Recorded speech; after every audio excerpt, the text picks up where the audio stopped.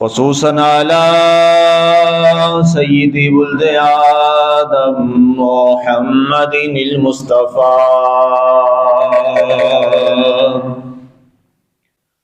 والمجتبى والمرتضى وعلى آله وأصحابه لنا مقتدى.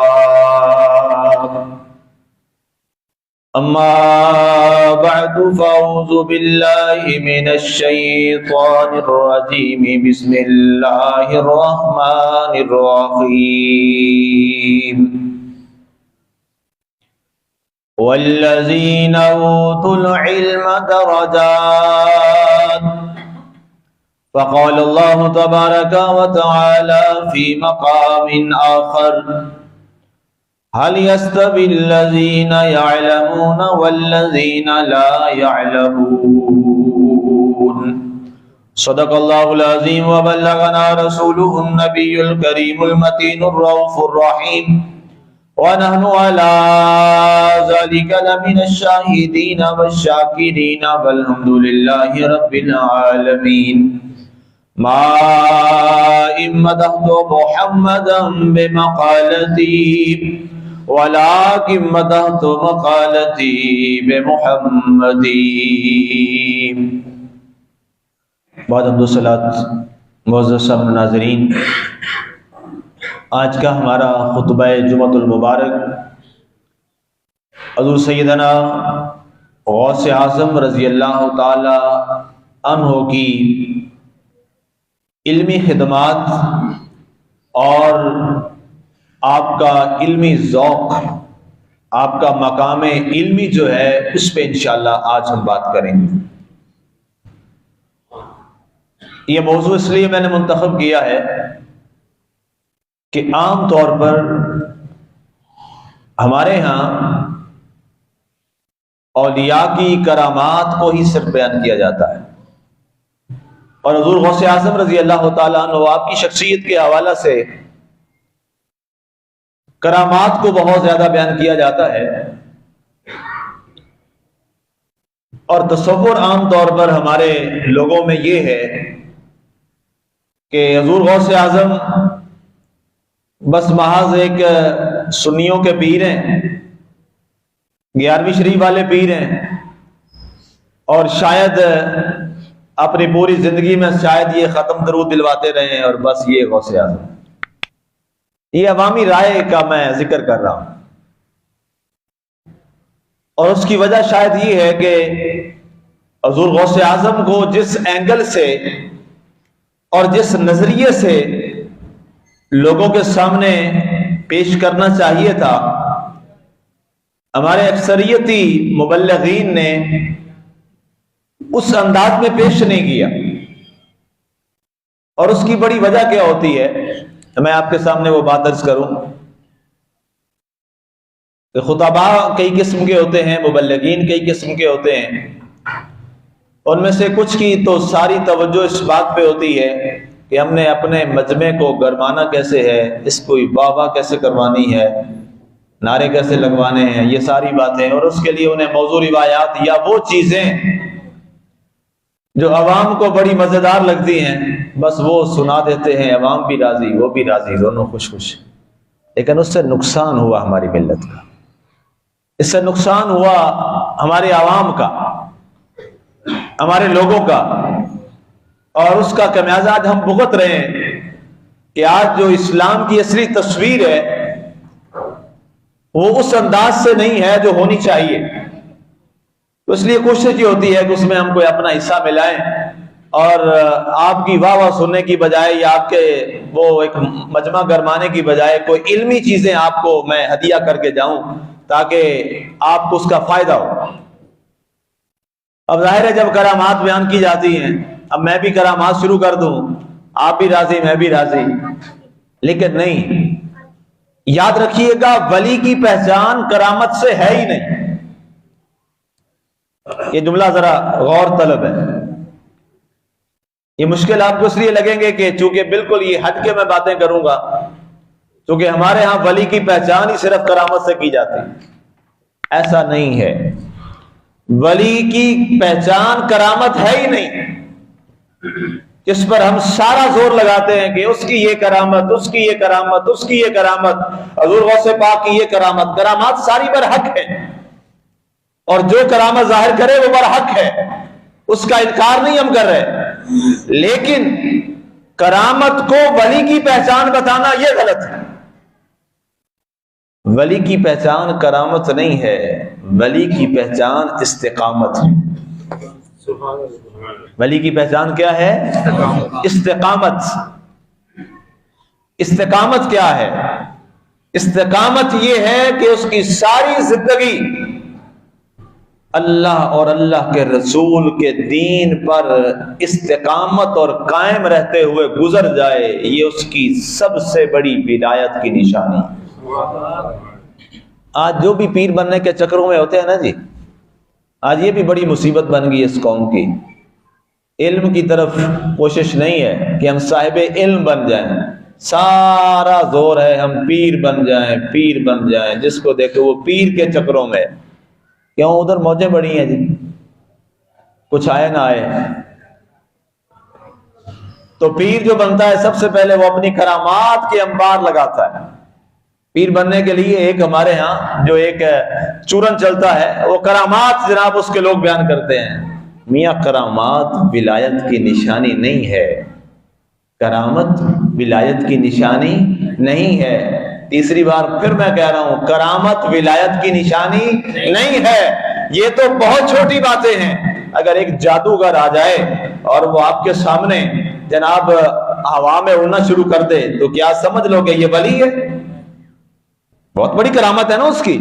ایک آدمی آپ میں یہاں بیٹھا ہو اور وہ ہوا میں اڑنا شروع کر دے تو جناب یہ کرامت ہو جائے گی. جادوگر کیا کیا کرتے ہیں، وہ کرامتوں سے بھی بڑی کرامت دکھا دیتے ہیں. تو کیا وہ کرامت اس کو ولی کہہ دیں گے؟ جس کو شاید کلمہ بھی پورا نہ آتا ہو، میجیشن جو کرتا ہے، تو کیا وہ ولی بن جائے گا؟ نہیں.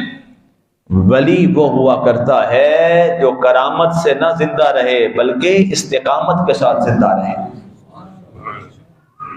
اور اس کی استقامت قرآن و سنہ پر ہو، اور قرآن و سنہ کی حقیقت تک ہو. قرآن کا ظاہر بھی جانتا ہو، قرآن کا باطن بھی جانتا ہو. حضرت جنید بغدادی کے بارے میں اور ایک حضرت یزید بستامی، دونوں کے بارے میں ایک بڑا مشہور واقعہ ہے. ایک آدمی آیا دور دراز سے، عجمی ممالک میں سے، سنا بڑا شور حضرت یزید بستامی کا اور جنید بغدادی کا. کہا جا کے ان کا بیعت ہوتا. گیا حضرت جنید بغدادی کے پاس رحمت اللہ تعالی علیہ. ایک دن گزرا، 2 دن گزرا، 3 دن گزر گئے. دیکھ رہا ہے کہ یار میں تو بڑا شورا سنا تھا، بڑا نام سنا تھا جنید بغدادی کا کہ بڑا اللہ کا ولی ہے، اس کی تو میں نے کوئی کرامت ہی نہیں دیکھی. 4 دن 5 دن 10 دن گزرے. کہا شاید کل آ جائے، کل کوئی کرامت دکھا دیں، پرسوں کو کرامت دکھا دیں. دن گزرتے چلے گئے اور دل سے بد دل ہوتا چلا گیا. کہا سفر بھی برباد گیا، وقت بھی برباد گیا. بڑا نام سنا تھا جنید بغدادی بڑا اللہ کا ولی ہے، بڑا پیر ہے، کوئی یہ کرامت ہی نہیں دیکھی اس کی. صبح آتا ہے، بیٹھ جاتا ہے حجرے میں، لوگوں کو قرآن سناتا ہے، حدیث سناتا رہتا ہے، پھر چلاتا ہے، نماز پڑھاتا ہے، پھر اس کے بعد پھر آ کے یہ بیٹھ جاتا ہے، پھر یہ درس و تدریس. کوئی کرامت ہی نہیں اس کی تو میں نے دیکھی. 40 دن گزار دیے اسی معاملے میں، اور اس کے بعد فیصلہ کیا کہ 40 دن آخری ایام ہوتے ہیں، چلہ لگا لیا. اب اس 40 دنوں میں کچھ نظر نہیں آیا، کوئی کرامت نہیں دیکھی جنید بغدادی کی. چلتے ہیں واپس، کسی اور کو ڈھونڈتے ہیں، یہ تو فضول اور خالی ہے.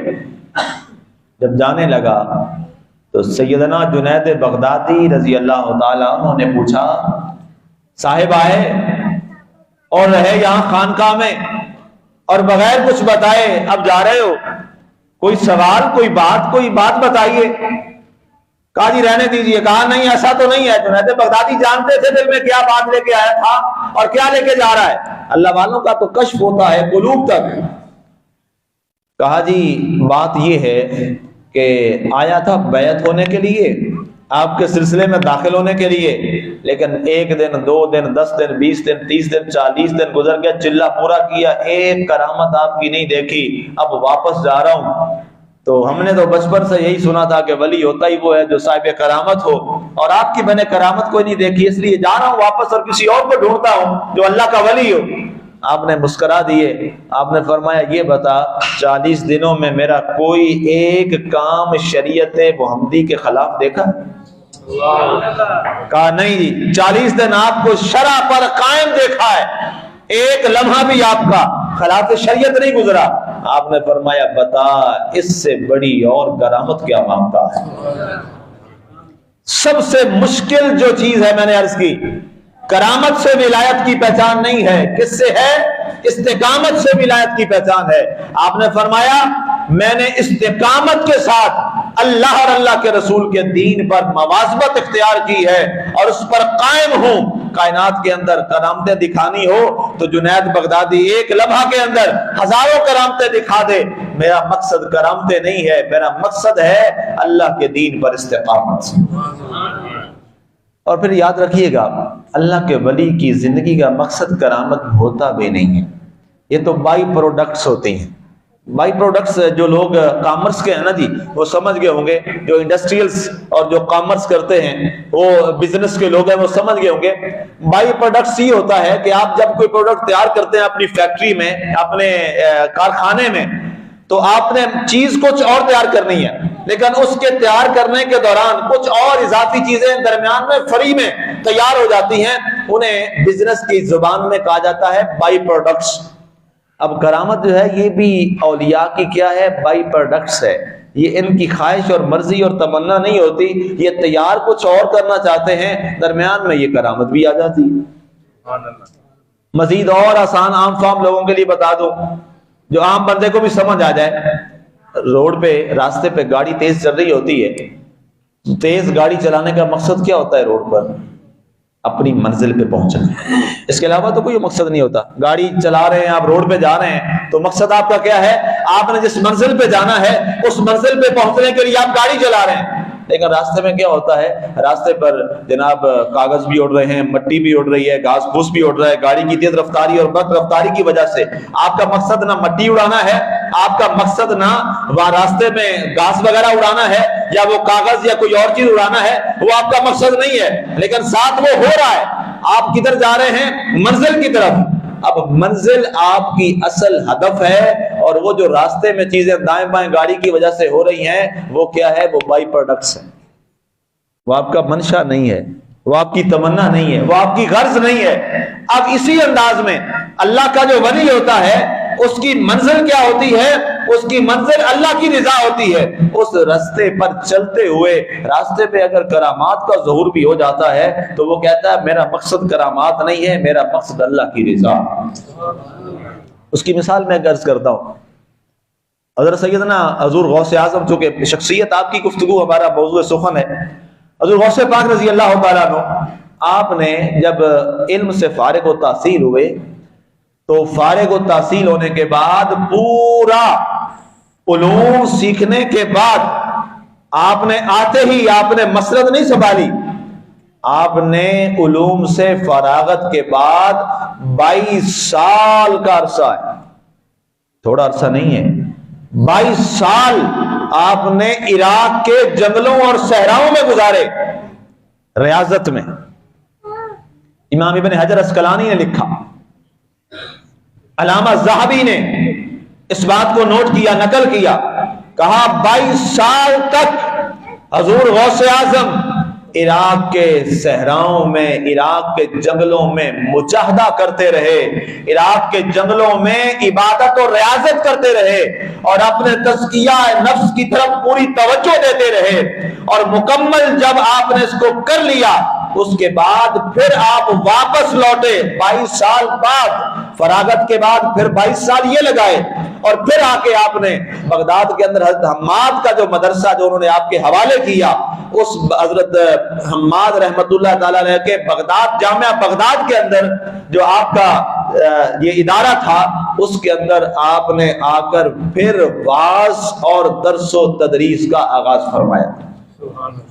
کسی نے آپ سے سوال کیا، یہ بات بڑی قابل توجہ ہے اور اس وقت پر فتن دور میں بڑی قابل توجہ ہے۔ کسی نے سوال کیا شیخ عبد القادر جیلانی حضور غوث اعظم سے کہ آپ فارغ و تحصیل ہو کر آئے تو آ کر آپ دعوت و ارشاد پہ بیٹھ جاتے، آپ نے پھر 22 سال لگائے اور اس کے بعد اب آپ نے واز شروع فرمایا۔ آپ نے فرمایا جب تک کوئی مبلغ، جب تک کوئی عالم اپنا تزکیہ نفس نہ کر لے، اگر وہ خطبہ دے گا تو لوگوں میں فساد برپا کرے گا۔ یہ آپ کی کتاب ہے الفتح الربانی عربی زبان میں، اس میں یہ لکھا، فرمایا وہ لوگوں میں فتنہ ڈالے گا، لوگوں میں فساد ڈالے گا۔ اور آپ نے فرمایا اس لیے میں نے 22 سال لگائے اپنے تزکیہ میں، اور اس کے بعد پھر مجھے حکم ہوا کہ اب جاؤ اور لوگوں کو اللہ کا پیغام سناؤ۔ اس کے بعد آ کر میں مسند پہ براجمان ہوا۔ ہمارے ہاں تو اب جو مروجہ ہمارا نظام ہے درس نظامی کا، لوگ تو وہ بھی پورا نہیں کرتے، آتے چھوڑ جاتے ہیں۔ اور اب تو یہاں ظلم ہوا ہے، اب تو اتنی بربریت ہوئی ہے، آپ کے ہاں سارے یہی کہتے ہیں کوئی شخص اگر سر پہ امامہ رکھ لے، داڑھی بڑھا لے اور وہ جا رہا ہو تو آپ تو اس کو قاری صاحب ہی سمجھتے ہیں۔ ایسا ہی ہے نا جی، آپ کے ہاں وہ امام صاحب ہی ہیں، مولوی صاحب ہی ہیں، اور پھر جو حالات آپ کے ہوئے مسلمانوں کے وہ آپ کے سامنے ہیں۔ عدم برداشت، عدم تشدد، یہ تشدد کی کارروائیاں اور باہمی ہمارے فسادات اور جہالت، اس وقت سب سے زیادہ مسلمان جس جہالت کا شکار ہیں وہ دنیا کے اندر انتہائی افسردہ کن ہے۔ آج کا مسلمان سب سے زیادہ کس سے نابلد ہے اور جاہل ہے؟ دین سے۔ بات سچی کہ میں غلط کہہ رہا ہوں؟ آج ہم مسلمان ہیں، مسلمان پہ کون سی تعلیم فرض ہے پہلے یہ بتائیے؟ دینی تعلیم۔ سب سے پہلے ہر مسلمان پر قرآن پڑھنا سیکھنا فرض ہے کہ نہیں ہے؟ ایک ہی تو ہماری کتاب ہے نا جی، لمبے سلیبس تو ہمارے ہیں کوئی نہیں، ایک ہی ہماری کتاب ہے قرآن۔ آپ بتائیے کتنے لوگ ہیں جنہیں قرآن آتا ہے؟ قرآن آنے سے مراد یہ ناظرہ نہیں ہوتا، ہاں یہ سمجھیے گا، قرآن آنے سے مراد یہ ہے آپ کو جب قرآن کی آیت پڑھیں آپ کو پتا ہو یہ مجھے کیا کہہ رہا ہے۔ علامہ اقبال کے والد صاحب، سبحان اللہ کیا خوبصورت ان کی بات تھی علامہ صاحب کے لیے۔ علامہ اقبال رحمۃ اللہ تعالی علیہ ایک دن قرآن کی صبح تلاوت کر رہے تھے تو پاس سے ان کے والد گرامی گزرے شیخ نور محمد، تو انہوں نے کہا کہ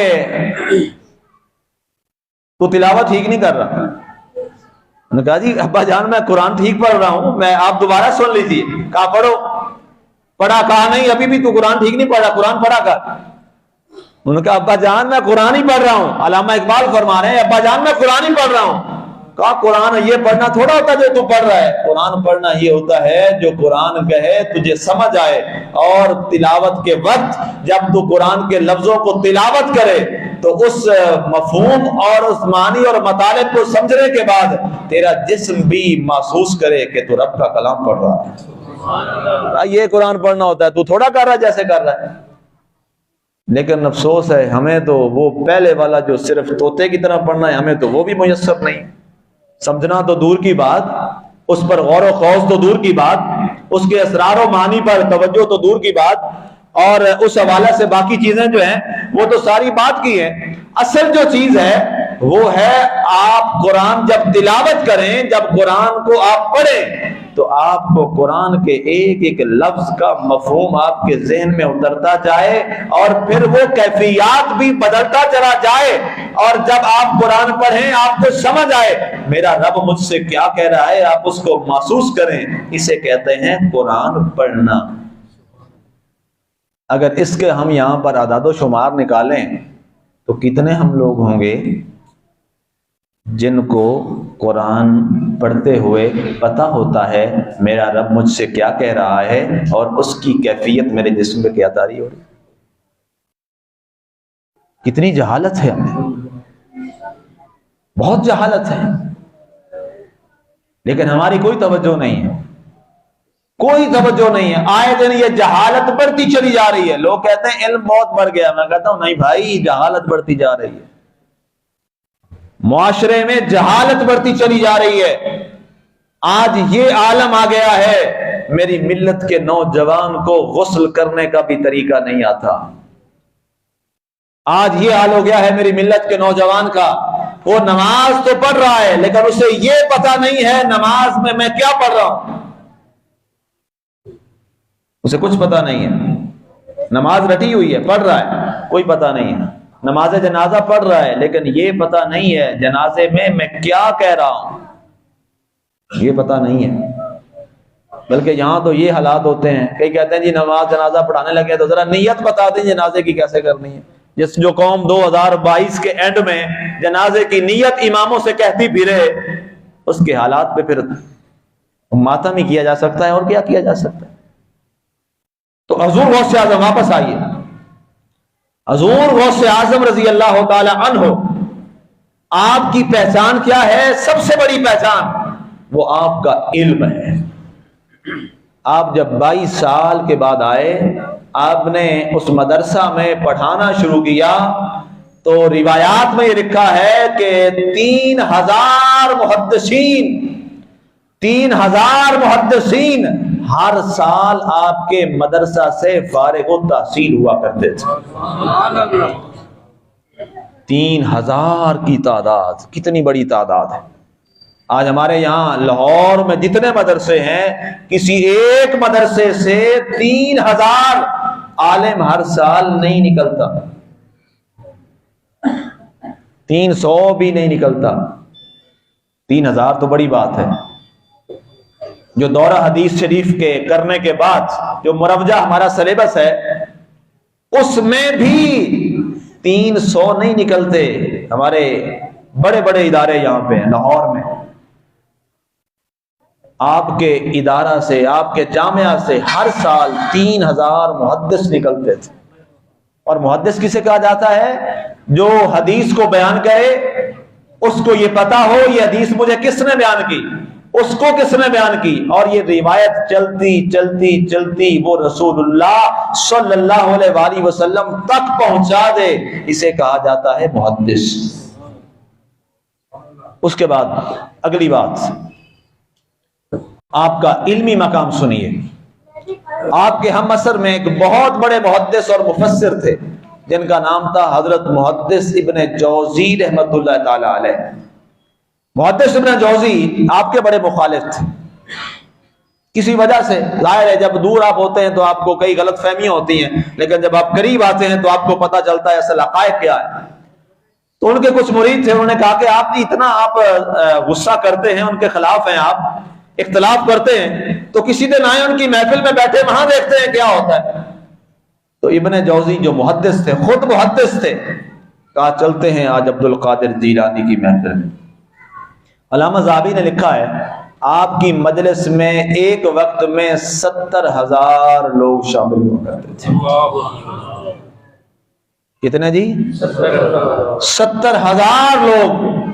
اس وقت جب آبادی بہت کم تھی تو آپ سوچیں کہاں کہاں سے لوگ آتے تھے، 70,000 لوگ، اور کوئی لاؤڈ سپیکر نہیں تھا، کوئی کچھ نہیں تھا۔ علامہ ذہبی نے لکھا، ابن حجر اسقلانی نے لکھا، تمام مورخین نے لکھا کہ جیسے آواز پہلے شخص کے پاس ہوتی تھی، اسی طرح آخری آدمی کے پاس بھی آواز اسی انداز سے جاتی تھی۔ حضور غوث پاک کہتے ہیں کہ وہ محدث ابن جوزی آ گئے اور آپ نے ایک آیت پڑھی اور مخاطب کیا محدث ابن جوزی کو، کہا ابن جوزی ذرا توجہ رکھنا، میں قرآن کی تفسیر بیان کرنے لگا ہوں۔ لوگوں نے غوث پاک کو شاید ختموں والا ہی پیر بنایا ہوا۔ سنو کتنا بڑا کمال کا صاحب علم تھا غوث اعظم رضی اللہ تعالیٰ عنہ۔ آپ نے ایک تفسیر بیان کی، محدث ابن جوزی نے کہا ہاں آتی ہے مجھے۔ آپ نے دوسری کی، ابن جوزی نے سر ہلایا، آتی ہے۔ تیسری کی ابن جوزی نے سر ہلایا، آتی ہے۔ چوتھی، پانچویں، ابن جوزی اتنا بلا کا وہ بھی عالم اور محدث تھا، اتنا بڑا مقام ہے محدث ابن جوزی کا۔ ایک آیت کی 11 تفسیریں حضور غوث پاک نے کی، محدث ابن جوزی نے کہا ہاں 11 کی 11 مجھے آتی۔ اتنے بڑے عالم تھے ابن جوزی، محدث ابن جوزی رحمت اللہ تعالی علیہ۔ آپ نے 12ویں تفسیر بیان کی، مخاطب کیا، ابن جوزی نے کہا نہیں۔ 13ویں بیان فرمائی، شیخ حضور غوث پاک نے کہا نہیں۔ 14ویں، 15ویں، 16ویں، ابن جوزی کا یہی سر، نہیں یہ نہیں آتی، یہ میرے علم میں نہیں ہے۔ حضور غوث پاک نے 40 تفسیریں بیان فرمائی، ایک آیت کی 40 تفسیریں بیان کرنے کے بعد توجہ کی ابن جوزی کی طرف، تو کہا بتاؤ ابن جوزی، کہا 11 آتی تھی، 29 تفسیریں ابن جوزی کو بھی نہیں آتی۔ اس وقت عراق، بغداد، شام، مصر، لبنان، ان تمام علاقوں کا جو سب سے بڑا محدث تھا اس کا نام تھا محدث ابن جوزی۔ جب 40 تفسیریں ہو گئیں، اس کے بعد حضور غوث اعظم نے کیا جملہ بولا، اب سنیے۔ 40 تفسیریں ایک شخص نے کی، مجھے کسی ایک کی ایسی مثال بتا دیجیے۔ حضور غوث پاک کا علم اتنا کمال کا تھا، اتنا عروج کا تھا۔ جب 40 تفسیریں ہو گئیں، اس کے بعد آپ نے فرمایا الان نرجع من القال الى الحال، فرمایا لوگوں یہ 40 تفسیریں اور یہ ساری محفل تو شریعت کی تھی اور قال کی باتیں تھیں، ظاہر کی باتیں تھیں، اب میں قال سے حال کی طرف جا رہا ہوں۔ 40 بیان کرنے کے بعد اب یہ نہیں فرمایا ختم ہو گئی، کہا اب میں قال سے حال کی طرف جا رہا ہوں، اور آسان لفظوں میں اب میں ظاہر سے باطن کی طرف جا رہا ہوں۔ اور جب باطن کی طرف جملہ فرمایا اور اگلی تفسیر بیان فرمائی، تمام روایات میں لکھا ہے محدث ابن جوزی وجد میں آ گئے، اور یہ حال ہوا کہ ابن جوزی محدث نے اپنے سارے کپڑے پھاڑ کے ریزہ ریزہ کر دیے۔ جو میں بات کر رہا ہوں ریکارڈ ہے، ایک ایک کا حوالہ دوں گا۔ کپڑے پھاڑ دیے اور مدہوشی کے عالم میں چلے گئے، محفل ختم ہو گئی، لوگ چلے گئے، محدث ابن جوزی مدہوشی کے عالم میں وہیں پڑا تھا، محدث ابن جوزی۔ اس کے بعد آپ نے توجہ فرمائی، انہیں ہوش آیا، آپ نے توجہ کی، فرمایا ابن جوزی بتائیے، کہا مجھے معاف کیجئے، میں آپ کے بارے جو رنجش رکھتا تھا، میرے اوپر صرف علم ظاہر غالب تھا، ظاہری علوم تھے، باطن میرا نہیں تھا، اور اس وجہ سے میں آپ پر اعتراض کرتا تھا۔ آج مجھے پتا چلا ہے کہ میں جب وجد میں گیا اور 40 تفسیریں آپ نے ظاہر میں بیان کی، جب اس کے بعد آپ نے پھر آگے قرآن کا باطن بیان شروع کیا، تو میں اس وقت یہاں نہیں تھا، میں دیکھ رہا تھا براہ راست آقا کریم علیہ السلام آپ کو بتا رہے ہیں، آپ لوگوں میں بیان کر رہے ہیں۔ یہ ہے غوث اعظم۔ انہیں صرف ختموں تک نہ رکھو، انہیں صرف کرامات تک نہ رکھو۔ اور اگلی بات سنیے، آج لوگ کہتے ہیں جی غوث اعظم نہ کہا کیجیے، یہ غوث صرف اللہ ہوتا ہے، یہ ناجائز ہے۔ اور کون لوگ کہتے ہیں، ہمارے ملک کے ایک مکتبہ فکر ہے، سلفی حضرات ہیں، اہل حدیث حضرات جو ہیں، اور یہ دیوبند حضرات، وہ اعتراض کرتے ہیں۔ تو میں آپ کو بتاؤں، جہاں سے سلفی حضرات کا آغاز ہوا ہے، ان کے امام کا نام ہے ابن تیمیہ، اور ابن تیمیہ جو ہیں یہ حضرت غوث اعظم کے شاگرد ہیں، شاگرد کے شاگرد ہیں، یہ دادا استاد ہیں، وہ استاد ان سے جو پڑھے ان سے آگے انہوں نے یہ پڑھا، تو انہوں نے خود لکھا اپنی کتابوں میں، ان کی کتاب ہے الاستقامہ، اس کے اندر میں نے خود پڑھا، وہ کہتے ہیں غوث الورا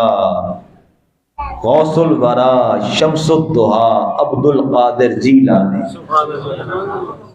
اصل میں ہمارے لوگ مطالعہ نہیں کرتے، پڑھتے نہیں ہیں، اور پھر اعتراض شروع کر دیتے ہیں۔ اور مکتبہ دیوبند کے جو ہمارے احباب ہیں، ان سے بھی میں گزارش کر دوں، جو اس کے بانی ہیں، ان کا نام ہے اشرف علی تھانوی صاحب، اشرف علی تھانوی نے اپنی کتاب میں جہاں جہاں آپ کا نام لکھا ہے وہاں وہاں لکھا ہے غوث اعظم. ہاں جی، وہاں وہاں لکھا ہے غوث اعظم.